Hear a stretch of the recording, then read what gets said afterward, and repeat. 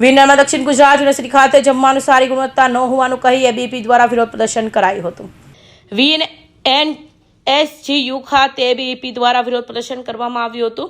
University સંલગ્ન છાત્રાલય વાસમાં છેલ્લા 1 મહિનાથી જમવાનું સારું નથી આવતું, જેને કારણે ઘણા બધા વિદ્યાર્થીઓને ફૂડ પોઈઝનિંગની તથા ભોજનને લઈ સમસ્યાઓ બાબતે વિદ્યાર્થી પરિષદ દ્વારા 10 દિવસ અગાઉ રજૂઆત કરવામાં આવી હતી, પરંતુ યુનિવર્સિટી પ્રશાસન દ્વારા કોઈ પગલાં લેવામાં આવ્યા નથી, જેને લઈ એબીવીપી દ્વારા યુનિવર્સિટી ખાતે પહોંચી રજિસ્ટ્રારની ઓફિસ બહાર ધરણા કરી રામધૂન બોલાવી હતી અને કહ્યું હતું કે અગાઉ બોયઝ હોસ્ટેલમાં 2000 મેસની ફી હતી, જે 2400 કરાઈ છે, અને ગર્લ્સ હોસ્ટેલમાં મેસની ફી 1700 હતી, જે વધારી 2400 કરાઈ છે, છતાં ગુણવત્તાયુક્ત ભોજન ન મળતું હોવાનો આક્ષેપો કરાયા હતા। મેં વીએનએસયુ ગર્લ્સ હોસ્ટેલમાં રહું છું, પ્રાઇવેટ હોસ્ટેલમાં। અમને જમવાના ઘણા પ્રોબ્લેમો છે।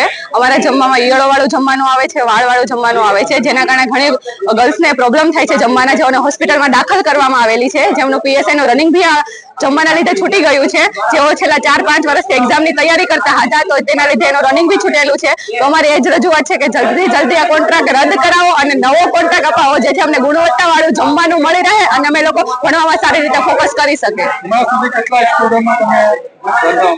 અમે અહીંયા બીજી વાર આવેલા છે। 108 થી વધુ સ્ટુડન્ટ અમે એકઠા થયા છીએ। અમારે એક્ઝામ છોડીને, અમારા લેક્ચરો છોડીને અમે અહીંયા ભેગા થયા છે, છતાં આ લોકો ઓફિસના કર્મચારીઓ અમને જોઈને આ લોકો ભાગી ગયા છે। જ્યાં સુધી એ લોકો નહીં આવે ત્યાં સુધી અમે અહીંયાથી ઊભા નથી થવાના અને અમારું આંદોલન કન્ટિન્યુ કરશું અમે।